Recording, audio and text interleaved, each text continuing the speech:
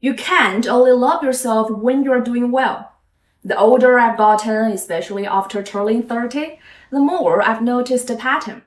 The people who seem truly at peace aren't necessarily more successful than everyone else. What sets them apart is that they don't need to perform well in order to like themselves. From childhood, many of us were taught a version of love that came with conditions. When you got a perfect score, you were praised. When you failed, you were criticized. As adults, that same pattern becomes the way we treat ourselves. We believe we have to be good enough before we deserve our own acceptance. So we keep setting conditions like, I will like myself when I lose this much weight.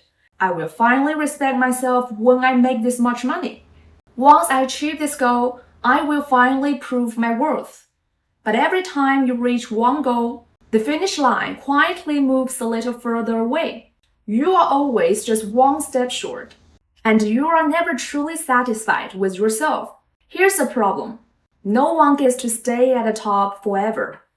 If your self-worth is built on your performance, you will never feel truly secure, because performance is unstable by nature. Today you succeed, tomorrow you might fail.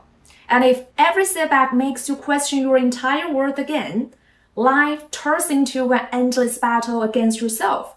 Real self-acceptance has never been about getting everything right. It's about staying on your own side even when you get things wrong. That ability doesn't appear overnight. It's something you have to practice. The first step is learning to separate facts from identity. There's a huge difference between saying, I messed this up and I am a failure. The first is the specific event that can be fixed. The second is a destructive label you place on yourself. They're not the same thing. One mistake doesn't mean you're incapable.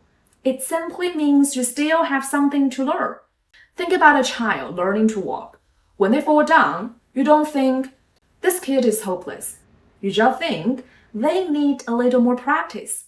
You deserve that same kindness. There's a quote I really love. Treat yourself the way you treat your closest friend.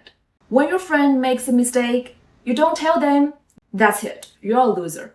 You say, it's okay. Everyone slips up sometimes. But somehow the moment it's you, the standards become unbelievably harsh.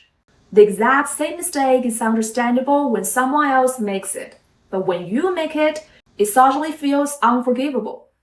That double standard is exhausting, and it's one of the most unnecessary forms of self-inflicted pain. Try changing the question you ask yourself. Instead of asking, how well did I perform? Ask, did I give it my best? Did I grow? The first depends entirely on external standards that you can't control. The second belongs completely to you. You don't have to be perfect every single time to deserve your own kindness. The simple fact that you exist is already enough reason to stay on your own side. Of course, you should keep striving to become a better version of yourself, but becoming better should never be the condition for loving who you already are. Your worth isn't something you earn. Simply being here is enough. Thanks for watching this video. I'm Yu.